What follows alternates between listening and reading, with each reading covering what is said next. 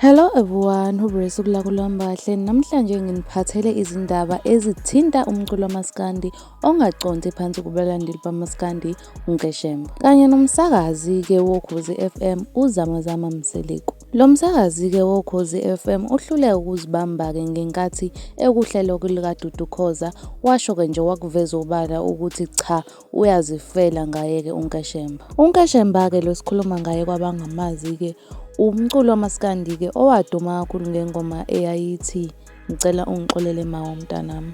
Waqhubeka-ke wasibusisa waphinde wadedela nezinye-ke esingabala kuzo-ke Isibaya Sikababa kanye nezinye-ke ezimnandi. Lo msakazi-ke uZamazama Mseliku uzwakale nje eseqhuma phezulu-ke ecula yona-ke le ngoma le ethi ngixolele mawa mntanami-ke kulona-ke uhlelo lakhe-ke uDudu Khoza-ke wasephetha ngokuthi hhayi uyamthanda lo mfana. Asishoneni khona-ke siyomuzwa-ke yena-ke uZamazama Mseliku-ke eyicula-ke le ngoma senoyisho nina ukuthi engabe nimuzwa-ke eyicule kahle-ke le ngoma noma nimzwe eyibhimba, kodwa thina ngokwethu-ke simzwe impela eyishaya ecula kahle.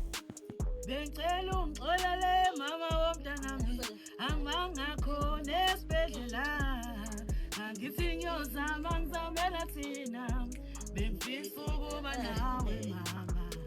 Ngekhathi umama wakhe ngitshela ukuthi ukhulelwe, ngangasebenzi ngenayo nemali yokuphuma, ngathi ubomsebenzi ngaleso sikhathi ayengekho, ngathatha isinqumo sokuthatha isigamungokho ngibale mfana. Hey, lensizwa ngikhonze kakhulu, umculo wayo muhle kakhulu, siyabonga.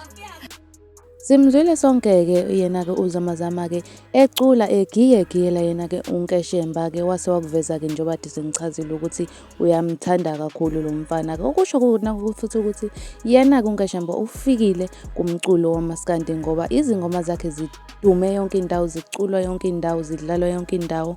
Kanti-ke nakumagigi-ke uma ezophefoma kuchazwa inkundla ize ifune impindo. So comment down below na-ke wena umbono wakho ngalolu daba ukuthi wena engabe nawe uyamthanda yini uNkeshemba. Bathe siyivalalana-ke ivideo namhlanje siba ungqi. I really hope you enjoyed ivideo namhlanje. If you enjoyed, make sure to smash the like button, uphinde smash the subscribe button, and mina-ke I will see you in the next video. Bye.